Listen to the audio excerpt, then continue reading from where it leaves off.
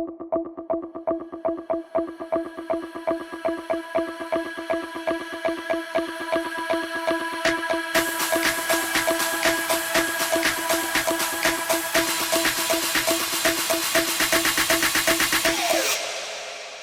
տապանում հյուրընկալել եմ բժիշկ, քանդային գործիչ, հիմնադիր զավակներ նախաձեռնության համահեղինակ Հայկ Մանասյանին։ Պարոն Մանասյան, շնորհակալ եմ ժամանակ գտնելու մեզ հյուրընկալվելու համար։ Ներքաղաքական իրավիճակից սկսենք մեր հարցազրույցը, հետո կանդրադառնանք աշխարհում տեղի ունեցողին։ Հայաստանը մասամբ գտնվում է ընտրական մասամբ դրանից բխող նախկին ներկաներ տրամաբանության մեջ, սա ասում եմ այն առումով, որ Հայաստանի վարչապետը Գյումրիում ընտրապայքարի դուրս եկած տեխնացուներին համարում է, որ նրանք պայքարի մեջ են մտել իրենց գողացածն ու թալանածը պաշտպանելու վերջին ճակատամարտը տալու համար, իսկ նախկիներին անվանում է ընտրակեղծարար ուզուրպատորներ, որոնք պետք է պատասխանեն, թե ովքեր են նրանց բերել իշխանության Հայաստանի Հանրապետությունում։ Բանավեճը առաջացավ այն բանից հետո, երբ Սերժ Սարգսյանի եւ Ռոբերտ Քոչարյանի քաղաքական ուժերը սկսեցին միմյանց մեղադրել Նիկոլ Փաշինյանին իշխանության բերելու համար։ Հիմա ինչ կարող եք ասել այս իրադարձությունների, այս հայտարարությունների հետ կապված։ Երկու հարց ես լսեցի, մեկը որ Սերժ Սարգսյան, Ռոբերտ Քոչարյան այսպես բախում կա համակիրների ճամբարում համենայն դեպս, եւ երկրորդը Նիկոլ Փաշինյանը Գյումրու ընտրություններում որպես այսպես քարոզչական, չգիտեմ, տակտիկա ընտրեց նախկին ներկա հակասությունը ներկայացնել, առանձին պատասխանեմ, հա, ուրեմն Սերժ Սարգսյանի եւ Ռոբերտ Քոչարյանի համակիրների այս տարաձայնությունն ու հրապարակային վեճը ի հայտ եկավ Ռոբերտ Քոչարյանի տված հարցազրույցից հետո։ Իդեպ Ռոբերտ մամլո ասուլիսից հետո։ Իդեպ այդ մամլո ասուլիսից հետո նախ խոսեց Արման Մոսինյանը, թե Մուսինյան, եթե չեմ սխալվում, Լևոն Տեր-Պետրոսյանի մամլո քարտուղար եւ ներկայացրեց կարծես թե Լևոն Տեր-Պետրոսյանի խոսքը առայն, որ շատ կոպիտ արձագանքեց Քոչարյանի խոսքերին, արտահայտած ուրեմն ձևակերպումներին, որպես հեքիաթ է պատմում, նոր հեքիաթներ է պատմում, մի խոսքով շատ կոպիտ, նույնիսկ վիրավորական արձագանք է։ Սա առաջին փաստը, որ եղավ այդ մամլո ասուլիսից հետո։ Երկրորդը արդեն նոր Սերժ Սարգսյան եւ Ռոբերտ Քոչարյան բախումը եղավ, ու ես սա կապում եմ այն պրոցեսի հետ, որ մինչև նույնիսկ 21 թվականի ընտրությունները Լևոն Տեր-Պետրոսյանը կաթողիկոսի մոտ հանդիպման ժամանակ առաջարկել էր, որպեսզի ավագ սերունդը հետ քաշվի եւ եթե իրոք նրանք ուզում են որպեսզի Նիկոլ Փաշինյանին կարողանան իշխանափոխել, ապա թող որ չերևա ոչ Սերժ Սարգսյանը, ոչ Ռոբերտ Քոչարյանը, ոչ էլ Լևոն Տեր-Պետրոսյանը։ Միայն այստեղ Ռոբերտ Քոչարյանը 21 թվականին չէր համաձայնվել, որ հետ քաշվի եւ թողնի, որ նոր ուժեր, նոր դեմքեր, նոր անձինք իրականացնեն քաղաքականություն։ Արդյունքը եղավ այն, որ Նիկոլ Փաշինյանը վերընտրվեց 21 թվականի ընտրություններին։ Հիմա կարծես թե արդեն լուռ համաձայնությամբ այս նույն տրամաբանությունը շարունակվում է։ Ռոբերտ Քոչարյանը նորից կարծես թե մեյդան է գալիս, դրանով հնարավորություն ստեղծելով Նիկոլ Փաշինյանի համար արդեն 26 թվականին տեղի ունեցող ընտրություններին վերընտրվել նույն նախկին ներկա թալանչի եւ իբրև թե թալանը հետ բերող, այսպես հակասության մեջ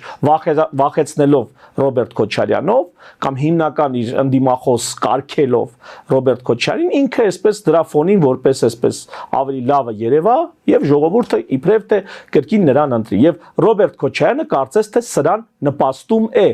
Ահա սրանից հետո, երբ որ Ռոբերտ Քոչարյանը ասեց, որ ինքը կարող է եւ 26 թվականի ընտրություններին մասնակցի, երկու բողոքի ձայն հնչեց նախկին ղեկավարներից։ Մեկը Լևոն Տեր-Պետրոսյանը իր մամլո քարտուղարի բերանով եւ մեկ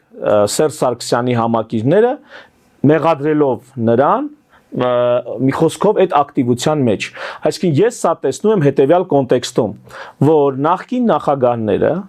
կարծում են, որ պետքա նոր սերունդը մտնի քաղաքականություն եւ նոր սերունդը իշխանափոխի Նիկոլ Փաշինյանին եւ Քոչարյանը խառնվելով այս խաղին կարծես փչացնում է հնարավոր իշխանապահությունը, որ կարող է լինի 26 Ո՞րն է թվականին։ Քոչարյանի շահը, պարոն Մանասյան, ձեր կարծիքով։ Իմ կարծիքով Քոչարյանը ուղղակիորեն կապված է Ռուսաստանի հետ, Ռուսաստանում իրեն գործ ուղղել են այդ գործը անի, Ռուսաստանը Նիկոլ Փաշինյանից ունի դեռ ստանալիք լոյալություն, որոշակի հանդուրժողականություն, պարգևելով եւս մի անգամ վերընտրվելու հնարավորություն։ Իմ կարծիքով Ռոբերտ Քոչարյանը սա միանձնյա եւ ինքնագլուխ չի անում, այլ նա այդ ամենը խորհրդակցում է իր ավելի այսպես ռուսաստանյան գործընկերների հետ։ Իմ կարծիքով, բայց այդտեղ մի կարևոր բան եմ ուզում ասել Ռոբերտ Քոչարյանի բացատրություններից, որը մամլում այդպես չշրջանառվեց։ Ռոբերտ Քոչարյանը իր վերստին հանդես գալը պայմանավորեց նրանով, որ ինքը երկար ժամանակ ահաստվերում էր, տարիներ շարունակ ինքը հանդես չէր գալիս եւ որևիցե էական տեղաշարժ իբրև թե տեղի չունեցավ, որևիցե էական փոփոխություն կամ փոփոխության հնարավորություն չկա, դրա համար ստիպված ինքը նորից հանդես է գալիս, իբրև ինքը անելու այն, ինչ չեն կարողանում անել իր բացակայության օրոք այլ խաղացողներ։ Բայց այստեղ Ռոբերտ Քոչարյանը բացատրում մի հատ կարևոր հանգամանք, որ իր բացակայության օրոք դաշտում հանդես է գալի նաև իր որդին, Լևոն Քոչարյանը։ Եվ եթե նա կարծում է, որ դաշտում հիմա խաղացողները, առանց իրեն խաղացողները, դրանք բանի պետքացու չեն, ինքը նկատի ունի, որ բանի պետքացու չի նաև իր որդին քաղաքականության մեջ։ Իսկ անիմաստ է նա մտե ազգային ժողով կամ քաղաքականությամբ զբաղվում։ Եթե նա մեր սերնդին, մեր ուրեմն իմ սերնդակիցներին, ովքեր հայտ են ներկայացրել քաղաքականություն մտնելու եւ քաղաքականություն անելու, համարում է ապիկարներ, ապա առաջի ապիկարը ինքը որակում է իր որդուն, ով որ հիմա քաղաքականության մեջ է ու փաստորեն իրանից բան չի կարողանում ներկայացնի, ստիպված հայրը եկել է նորից ինչ որ քայլեր գործողություններ անի։ Սա մի շատ զգայուն պահ է։ Ու ես կարծում եմ, որ Ռոբերտ Քոչարյանն այնուամենայնիվ իսկը ժամանակն է թոշակի գնալու։ Թրամփի օրինակը ինքը բերեց այդ իր մամլո ասուլիսում, Թրամփի օրինակից պետք չի օգտվել։ Եթե թե Ամերիկայից օրինակներ ենք բերում, 250 տարվա պատմությունը ամերիկյան, այնքան օրինակներ ունի բերելու, որ էլ չասած։ Եվ միայն Թրամփով չի սահմանափակվում։ Այնպես որ Քոչարյանը ճիշտ կանի, որ ինքը հեռու մնա այս ամեն ինչից, առավել եւս, որ 26 թվականին է սպասվում ընտրություններ, այսինքն ֆիզիոլոգիական իշխանափոխություն, ոչ հեղափոխական, ոչ հեղաշրջում, ոչ պաթոլոգիա, ոչ զիված ինչ-որ միջամտություններ, ֆիզիոլոգիական, խաղաղ ճանապարհով իշխանափոխություն եւ օրակարգային է դա ամբողջ պետության մասշտաբով, սահմանադրությամբ եւ օրենքներով, դա 26 թվականի ընտրություններն են։ Այնպես որ մինչ այս պահը, եթե ինչ-որ մեկն էլ չէր հաջողում, ես դրա մասին կանխատեսել եմ նախապես ցանկացած շարժումից առաջ ընթացքում հանդես եմ եկել, խոսացել եմ, երբեմն քաջարել եմ, բայց նշել եմ, որ սա ճանապարհ չի, սա լուծում չի, փողոցով իշխանություն չի ձևավորվելու։ Այդ կանխատեսումը կուզեք համարեք բան գուշակություն, կուզեք համարեք բան վերլուծություն, կուզեք համարեք հեռատեսություն, ինչ ուզում եք անունը դրեք։ Դա ճիշտ է դուրս գալիս արդեն որերորդ անգամ։ Այնպես որ 26 թվականի այդ հերթական ընտրությունները, որոնք պիտի լինեն կամ չգիտեմ, միգուցե արտահերթ ինչ-որ Քոչարյանը պետք չի դրանց խառնվի։ Եթե իրոք ուզում է իշխանապահություն լինի,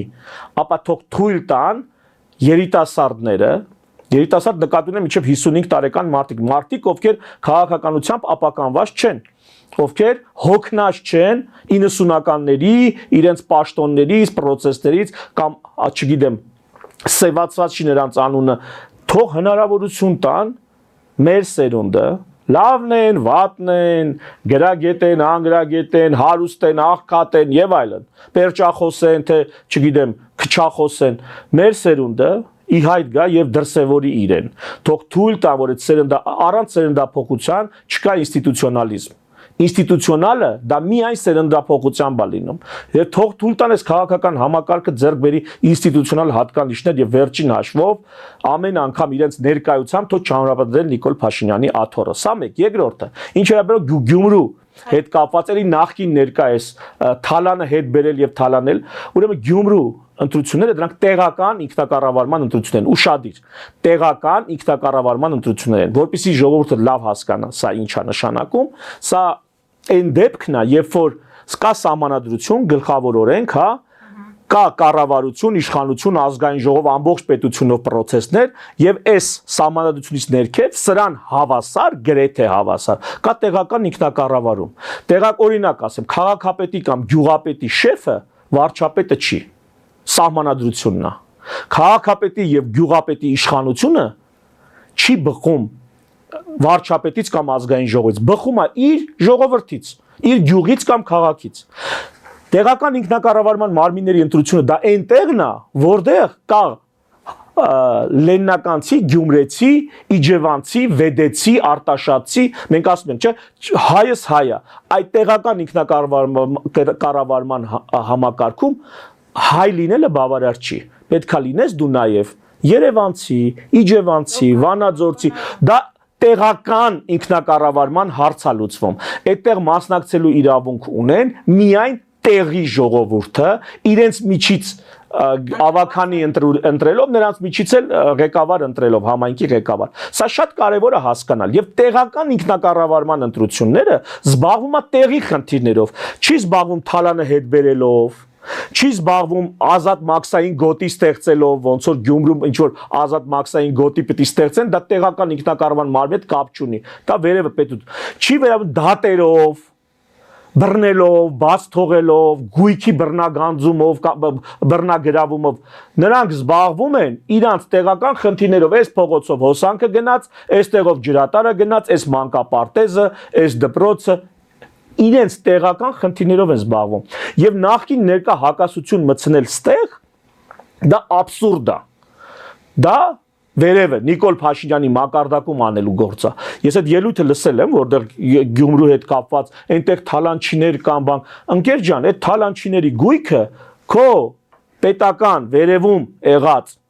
մարմինները պետք է հետ բերեն։ Դա տեղական ինքնակառավարումը դրա հետ կապ չունի։ Չէ, նա չի ասում հետ են բերում, ասում է պայքարի մեջ են մտել, ցանկանում են ընտրվել, որպեսզի կարողանան պահպանել։ Նրանք այդ մանդատը չունեն դա պահպանելու։ Նրանք դա ոնց որ դասարանի ավակ ընտրելով դասարանի ավակ ընտրելով։ Դու ասես նախքին ներկա պայքարը։ Այ մար դա այդ դասարանի մակարդակն է։ Դասարանի ավակի ընտրությունը կապ չունի տնօրենի ընտրության կամ ուսմասվարի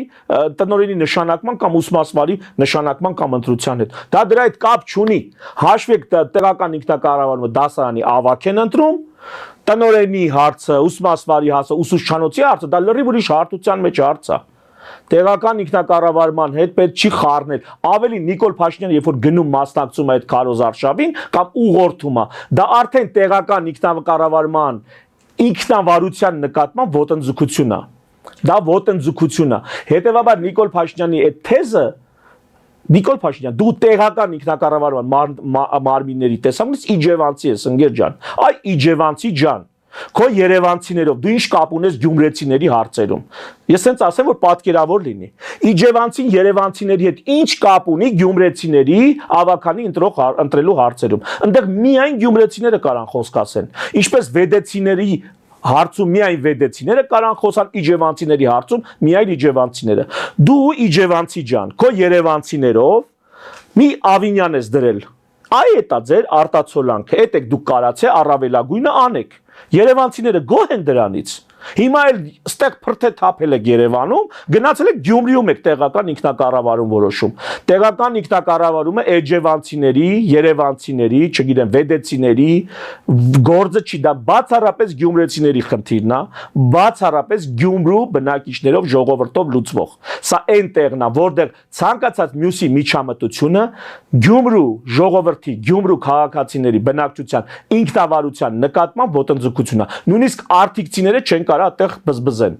Դա բացառապես Գյումրուն է վերաբերվում։ Ես պարոն Մանասյան, այնուամենայնիվ Փաշինյանի ասածը մի փոքր մանրամասն եմ, նկատի ունի, որ պայքարի մեջ մտած տեխնացուները իրենք ունեն գույք, ունեն թալանած ինչ-որ հարստություն եւ ձգտում են ընտրվել, որպեսզի պաշտպանեն իրենց թալանածը։ Եթե այդ մարդիկ ունեն թալանած գույք էս մյուսը, այդ մարդիկ ինչի ձերբակալված չեն, այդ մարդիկ ինչի բանտերում չեն։ Դու հասկանում եք կամ ինքը իրեն է դժվար հասկացողի տեղ դնում, կամ մեզ է դժվար հասկացողի տեղ դնում։ Այն կեր, եթե կա միտեղ գույք թալանված, այդ թալանչին ազատության մեջ է, բանը գողերը ազատության մեջ են, գողոնը դեռ ետ կբերենք։ Ու հիմա ինչ ասում է գողերը, որ գան իշխանության, գողոնը մենք չենք կարա հետ բերենք։ Նախ դու գնացեք գողերին բռնեք։ Նախ գողերին մեկուսացրեց, հետո խոսեք գողոնը հետ բերելուց։ Անհեթեթություն է ստացվում։ Գողերը ազատության մեջ են, մտնում են ընտրապայքարի մեջ ու ինքը գողերին մեղադրում է գողոնը բանը պահելու, պաշտպանելու, տենց ոնց կլինի։ Գողոնը պաշտպանելում գողերը մեղավոր չեն։ Մեղավորը դու ես երկու կետով կամ որ գողերին չես բռնե, կամ որ ստախոս ես, նրանք գող չեն, ստախոս ես, գող չեն, քեզ ձեռա տալի այդ բևեռացումը ստեղծել եւ այդ ֆոնին, այդ սև սպիտակ ձևակերպելով գալ վերստին իշխանության, որտեղ տեղական ինքնակառավարման մարմիններում, որտեղ դու ով ես իջևանցի, ինչ կապ ունես այդտեղ, ոչ մի կապ։ Ես ուզում եմ մենք կենտրոնանանք նաև Փաշինյանից ստանալիքի վրա Ռուսաստանի կողմից դուք ասացիք առաջին հարցին պատասխանելով, հիմա ուզում եմ հասկանալ հայ-ռուսական հարաբերությունների կոնտեքստում ես թե այս Փաշինյանից ստանալիքը տեղավորենք, ինչ է ստացվում հայ-ռուսական հարաբերություններում ճգնաժամը, այդ խնդիրները, որոնք կան, սրանք արհեստական են, ինչպես շատերն են գնահատում, ներկայացում են, թե ոչ, իրականություն է եւ Փաշինյանը այսպիսով փորձում է խուսափել այդ ստանալիքը տալուց։ Ես չեմ կարծում, որ Փաշինյանը այն կամային անձնավորությունն է, որը Ռուսաստանի հետ հարաբերությունները կարա այդպես խորը ստրատեգիական ուրեմն պլանավորում իրականացնի եւ ինչ որ ուղղություն վերցնի եւ այդ ուղղությունով գնա։ Պահի ազդեցության տակ պատեհապաշտությամբ դասավորված քայլեր են։ Ուկրաինայում Ռուսաստանը միջև Ուկրաինան Ռուսաստանը սեղմում էր լրիվ Ռուսաստանի հլու հնազանդ հետ պատերազմյան շրջանում հլու հնազանդն էր։ Ուկրաինան սկսեց դիմավորվել Ռուսաստանի գործերը խառնվան, դարձավ արդեն մի քիչ ավելի Ռուսաստանի դեմ հորթու-բորթով խոսալու։ Հեսա Թրամփը կգա Ռուսաստանի գործերը ինչ որ չափով կկարգավորվեն, նորից գնալու է հպատակի ձևով խոնարհվի, ընդունի այն ամեն ինչը, ինչ Ռուսաստանը պահանջի, պարտադրի։ Այդ ընթացքում մի քանի կոսմետիկ քայլեր հապկում սարեցնում ենք, բայց դուրս չեն գալիս։ Չգիտեմ, իբրե թե դիվերսիֆիկացնում ենք տնտեսությունը, բայց ավելի խորանում է Ռուսաստանի հետ տնտեսական ուրեմն կախվածությունը, ու այսպես բազմաթիվ օրինակներ կարելի է բերել, որ հա,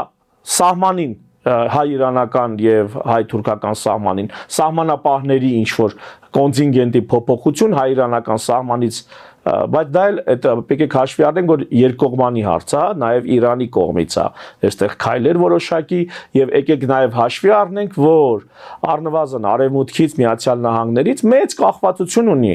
Հայաստանի Հանրապետությունը եւ այն կողմից ճնշումներին էլ ինչ որ կերպ Նիկոլ Փաշինյանը պիտի բավարարի։ Այսինքն դա ոչ թե Հայաստանի Հանրապետության սեփական ворթեգրած քաղաքականությունն է, այլ որ կողմից շատ են ճնշում, այդ կողմին ինչ որ կոսմետիկ բաներով բավարարում է։ Որ կողմից քիչ են ճնշում, այդ կողմի վրա ավելի այսպես հոխորտալով է արտահայտվում։ Ընդհանրեն այսքան բան, բայց սա ինչով է վտանգավոր, որ այս ճնշումները փոփոխական, այսպես ալիքաձև ընթացքով շարունակվելու է։ Եվ մենք ինչ չենք ունենալու կայուն քաղաքական սուվերեն որոշում, ինչ որ ճանապարհ ընտրելու եւ մեր խնդիրները լուծելու։ Մենք այսպես պիտի անընդհատ եղանակից կախված, հա,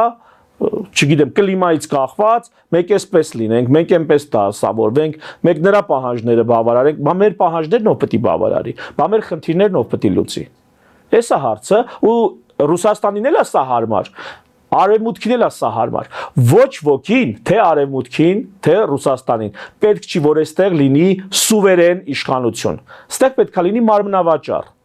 Մեկը վախացնելով կօգտվի նրա ծառայություններից, մեկը վճարելով կօգտվի նրա ծառայություններից, բայց նրանցից եւ ոչ մեկը չի ուզում անկաշառ, չվաճառվող մեկը լինի այստեղ, ում հետ արդեն մի քիչ ավելի դժվար է լինում հարաբերությունները, ում հետ պարտավորությունները պետք է կատարես։ Այդպիսի մեկին ոչ արևմուտքն է ուզելու ուշադիր, ոչ Ռուսաստանը, ոչ էլ ինչ որ մեկը։ Նրանց բոլորին պետք է մեկը լինի այստեղ մարմնավաճառ ու վախկոտ, որ փողով ու վախացնելով իրենց ծրագրերը իրականացնեն, կախված աշխարհ-քաղաքական կոնտեքստից։ Թրամփը եկավ, այս մի ձևով կիրականացնեն, կփոխվի կգնա, այն մյուսը կգա, այն ուրիշ ձևով կիրականացնեն։ Արանքում մենք ենք մնալու այն համբերահատ եղածները արտագաղթելու են, մնացածները անիծելու են իրենց բախտը կամ հակառակը, թքելու են ամեն ինչի վրա, դառնան ծայրահեղ ապաքաղաքական ժողովուրդ, իսկ ապաքաղաքական ժողովուրդների սպառնում է ինչ որ մեկի կազմ մտնելով կորցնել սուվերենությունը։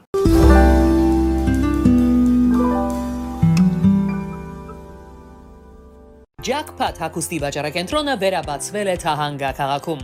Նոր տեսականի, նոր արժեքներով ու նոր զեղչերով։ Եվրոպական հագուստ եւ կոշկեղեն կանանց, տղամարդկանց եւ երեխաների համար։ Օծաներիք, ճամպրուկներ, պայուսակներ, գիշերանոցներ, գոտիներ եւ դրամապանակներ։ Մեծ ապրանքատեսականի, մեծ զեղչերով։ Համեցեք Jackpot Թահանգայում։ Հասցեն 7057 Foothill Boulevard։ Հեռախոս 818 813 2252 Jackpot։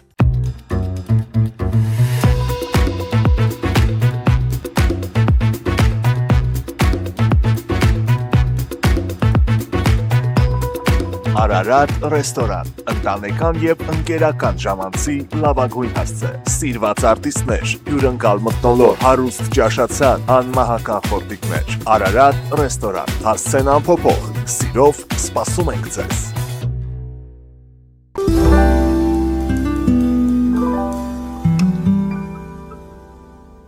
Այս ձեր ասացի համատեքստում Բաքուն կամ Ալիևյան ռեժիմը ավելի շահեկան դիրքերում է եւ նաեւ ուզում եմ պատասխանեք արդյոք Փաշինյանից ստանալիքը կապված է այդ միջանցքի հետ, այսպես կոչված Զանգեզուրյան միջանցք եւ եթե Ռուսաստանը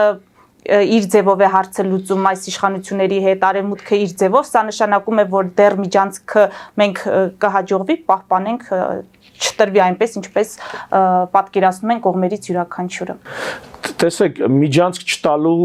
հնարավորությունը կամ հիմա կամ հետո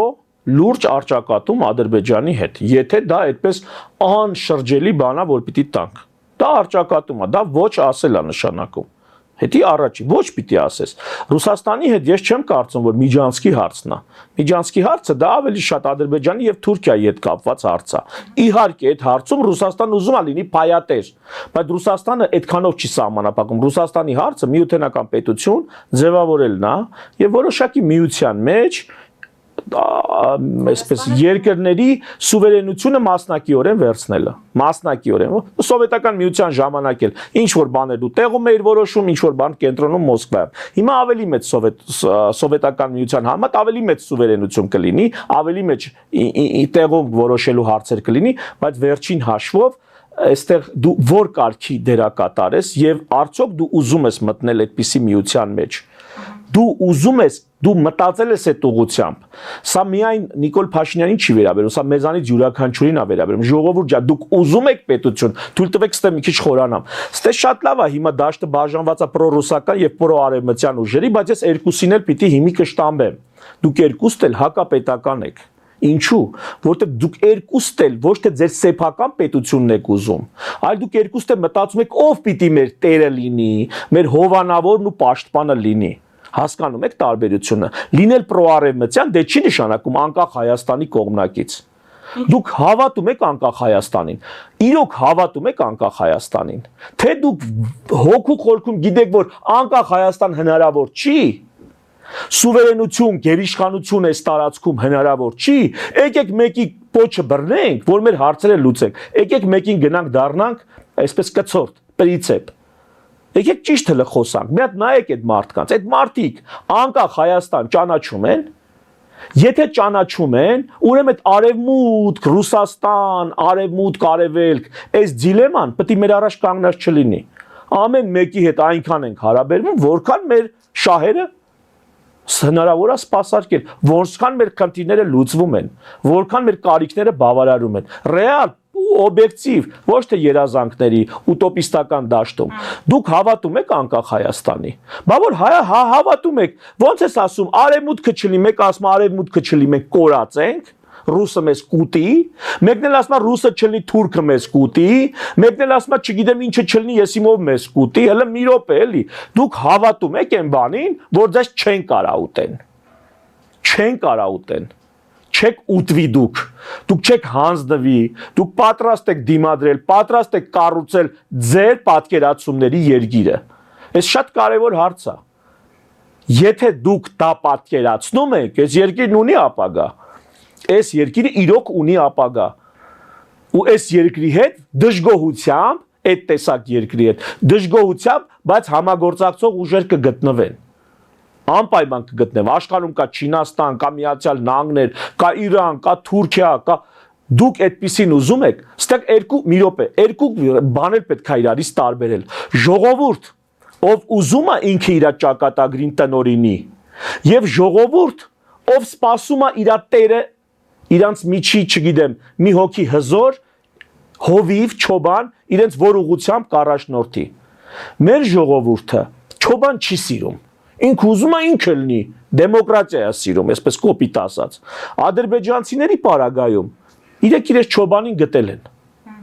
Եվ իրենց չոբանի հետ այս պահին ավելի արդյունավետ են աշխատում, նավթեր չմոռանանք, այսինքն բնական ռեսուրսները չմոռանանք, Իրանի հետ սահմանը, Ռուսաստանի հետ սահմանը չմոռանանք, դրանք առավելություններ են, որոնք աշխարհ քաղաքական խաղերում ավելի է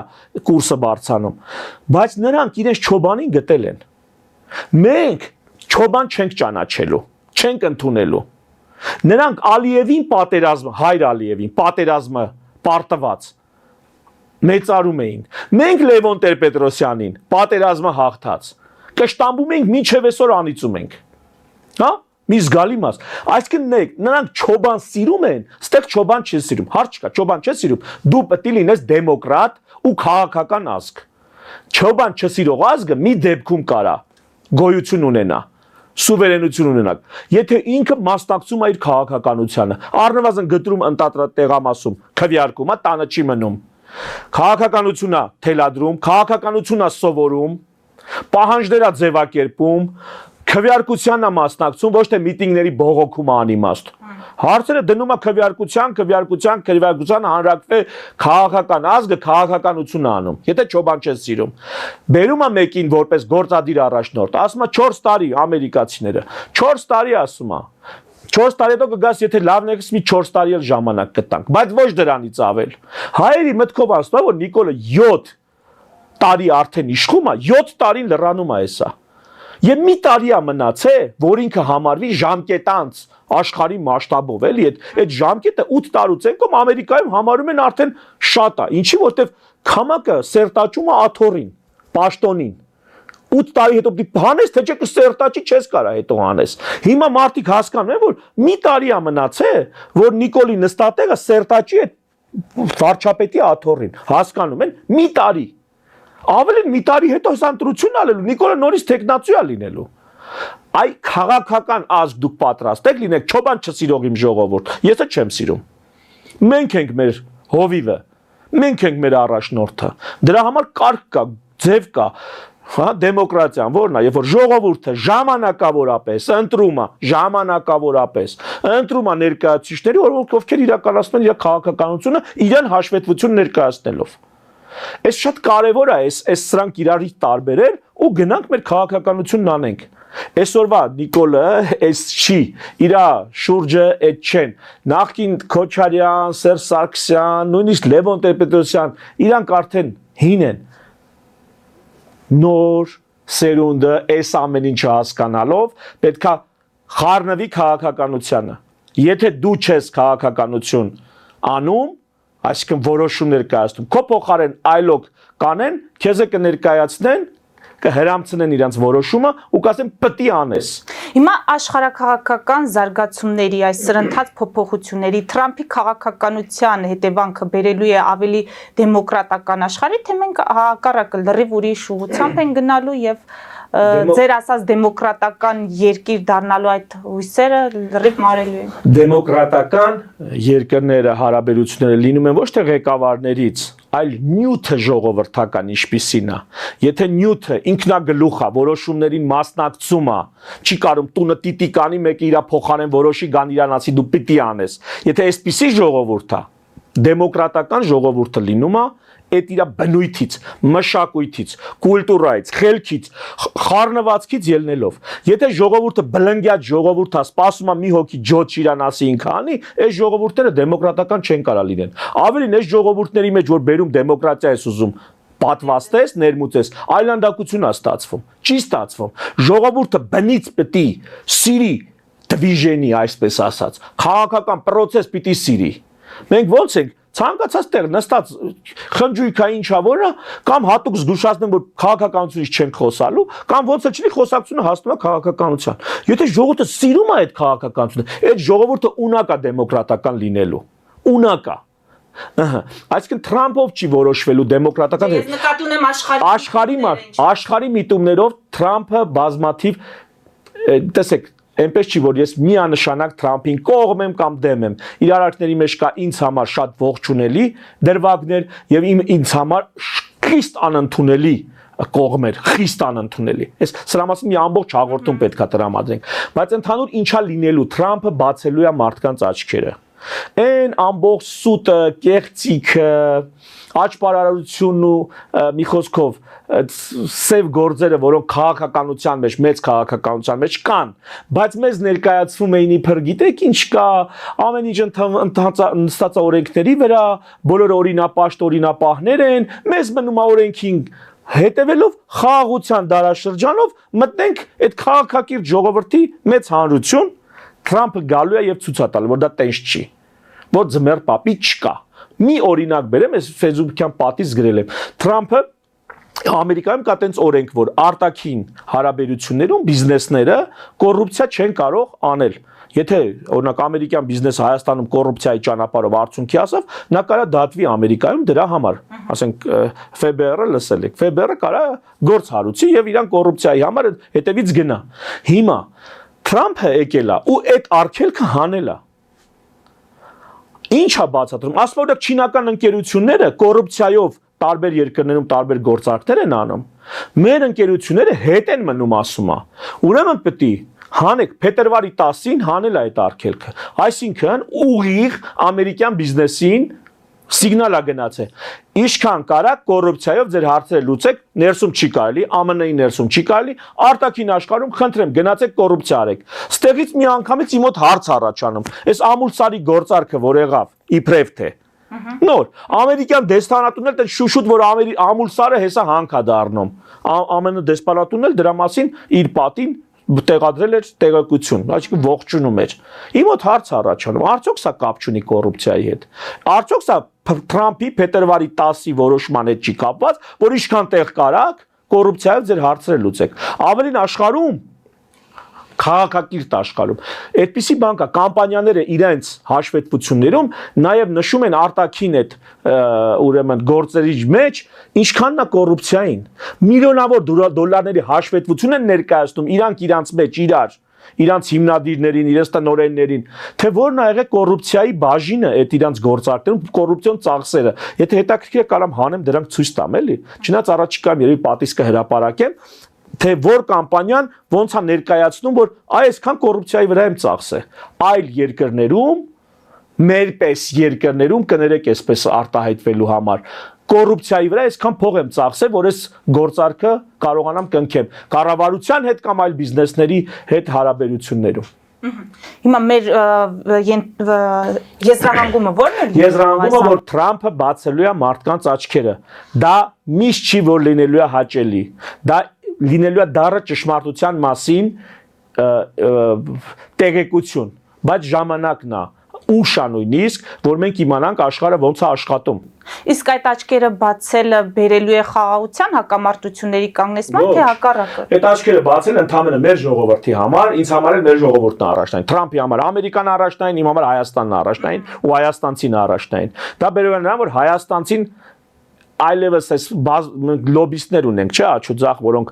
մեկը, չգիտեմ, ռուսների լոբիստն է, մեկը արևմուտքի լոբիստն է, ամեն մեկը գովում են նա նրան։ Այդ մեր ժողովուրդը հայաստանցին հասկանալ է, որ այս լոբիստները ընդհանրապես հեքիաթ են պատմում։ Կապ չունի ում օգտին են պատմում։ Նրանք ընդհանրապես հեքիաթ ասածներ են։ Չնայած հեքիաթը լավ բան է, բայց այս դեպքում հասուն մարդկանց համար քաղաքականության մեջ նրանք ընդհանրապես հեքիաթ ասածներ են։ Նրանք ընդհանրապես գրավչանյութ են ներկայացնում։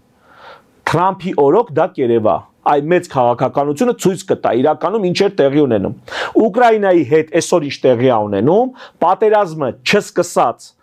ենթադրել են, որ պատերազմը սկսելու է, դրա մասին արտահայտվել են, պատերազմի առաջին օրվանից էլ տենց ամիսներ շարունակ նշել են, որ ավարտվելու է այս տեսակ մի բանով։ Մինչև Թրամփի գալն եմ ասել, այ ժողովուրդ ջան, ձեր հաշվարկներն են ցարեք, որ կարող է Թրամփը գա։ Նրանից հետո ուրիշ բանալին, այդ դրան պատրաստվեք։ Մի խոսքով այս ամեն ինչը, ելի ասում, ուզում եք ասեք բանը վերլուծություն, ուզում եք ասեք գուշակություն, ուզում եք ասեք հեռատեսություն, ինչ ուզում եք ասեք, այս ամեն ինչը ժամանակի ներկայացրել եմ, բացատրել եմ։ Եվ հիմա ավելի sense ոնց։ Այ ու լսեք այն մարդկանց, ովքեր տասնյակ հազարավորներ դիտում ունեն։ Այդ ձեր էքսպերտները, օրինակ ուկրաինական պատերազմի մասին, այդ մարդիկ այսօր կամ քաղաքականություն են ուզում մտնեն, կամ քաղաքական վերլուծաբան են հանդես գալի։ Մի հատ լսեք իրանց, այսքան տարի խոսացել են, ու մի հատ լսեք այս համեստ բժիշկը կամ անհամեստ բժիշկը ինչեր խոսում։ Հիմա տեսեք մեզ դիցով է քաղաքականությունից հասկանում։ Ու ոչ Ռուսաստանի ջաղացին եմ ջուր լցում, ոչ արևմուտքի։ Մենք ընդեղից էլ ունենք ակնկալիքներ ստանալու բան, ընդեղից էլ ունենք։ Այնպես չի որ մենք ասած ակվարիումի մեջ փակվելու ենք, այդ ակվարիումի մի պատն է բաց լինելու ու մի պատը նայելու է դեպի արևմուտք։ Ավելին ասեմ, արևմուտք նայող պատը ուղիղ սահմանակից է Թուրքիայի հետ։ Այս պետք է հաշվի առնել։ Այստեղ էլ ուրիշ ավելի բարդ հաշվարկներ են։ Թուրքիա եւ ասած շատ բարդ հաշվարկներ են, բայց այնքան բարդ չի, որ մեր խելքը չհասնի։ Մեր խելքը դա հասնում է, հասկանում ենք։ Մնում է մեզ իլյուզիաներով, պատրանքներով չխապենք։ Թրամփը կօգնի այդ ուսման process-ին կաջակցի։ Մենակ խնդրում եմ կարճ հիշողություն չունենաք։ Հիշեք ով ինչեր էր խոսում ուկրաինական խնդրի հետ կապված, սիրիական խնդրի հետ կապված, то թեկուզ Արցախի խնդրի հետ կապված։ Հիշեք ով ինչ էր խոսում, հիշեք ես ինչ էի խոսում։ Հիշեք այն հայոյանքները, որ գալիս էին այդ խոսքի հետ կապված, ու հիմա տեսեք։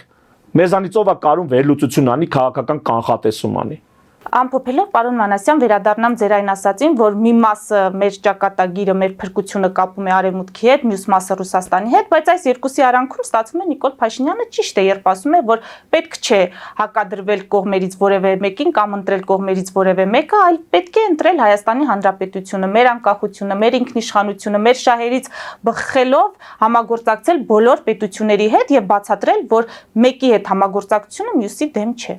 Հիմա որպեսզի մենք հասկանանք այդ ձեր Նիկոլ Փաշինյանի այդպիսի արտահայտությունը պոպուլիզմա թե բովանդակային խորքային միտք, եկեք մի հատ քննենք էլի։ Եթե Հայաստանը իրոք ինքը ասում է, պետք է բոլորի հետ համագործակցենք, մեր շահերից ելնելով,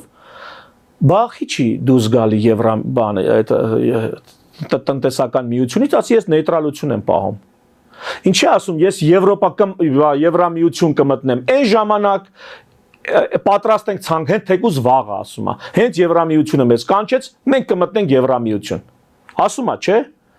Մաքսային միությունից դուրս չի գալի չէ նեյտրալություն չի հայտարարել չէ ոչ ոքին չմիանալու ստատուս չի հայտարարել չէ չի ասել չէ բա ոնց է ինքը իբրև թե Հայաստանի շահերով ինքը փաստացի ռուսական ուղեցրի մեջ մնալով պոպուլիզմ անում Եվրոպայի օգտին բայց գործով Ռուսաստանի ուղեցրի մեջ մնալով Գոնե ասի ես, հա, Ռուսաստանի ուղեցրի մեջ եմ, որոշ է, ստեղ եմ մտնում, դրա համար տնտեսական շրջանառությունը մեծացնում եմ, հասցնում եմ այսքան։ Թող ասի, կասեմ պոպուլիզմ չի։ Մարդը մտածում է, տղամարդավարի ասում է, բայց նա պոպուլիզմ է անում։ Նա ով իրոք այդպես է իրան պահում, նա պիտի ուրեմն ասի, ես նեյտրալ եմ, ընկեր։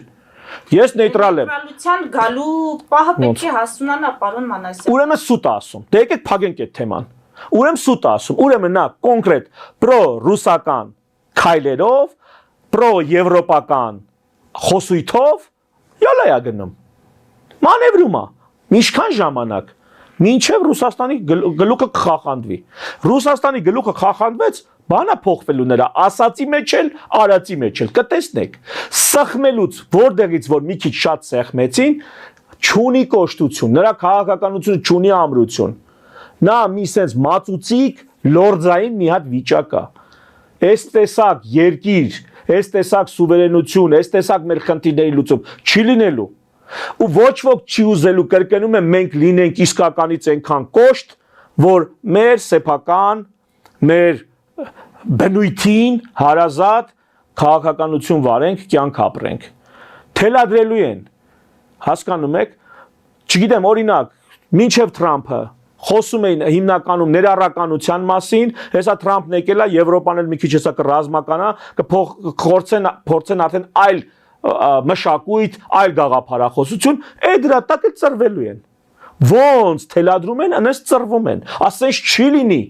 Այսպիսի տուն չեն կառուցում նույնիսկ, այսպիսի ճկուն բան չի լինում, այ ընկեր, սա պետությունա թե ինչա։ Հիմա մենք ուզում ենք ոչ թե սենց լորդի պես ամեն կողմի քամուց մի քիչ այս կողմ գնացող մի քիչ այն կողմ, չէ, մենք ուզում ենք կայուն պետություն, երկիր, կայուն երկիր ենք ուզում։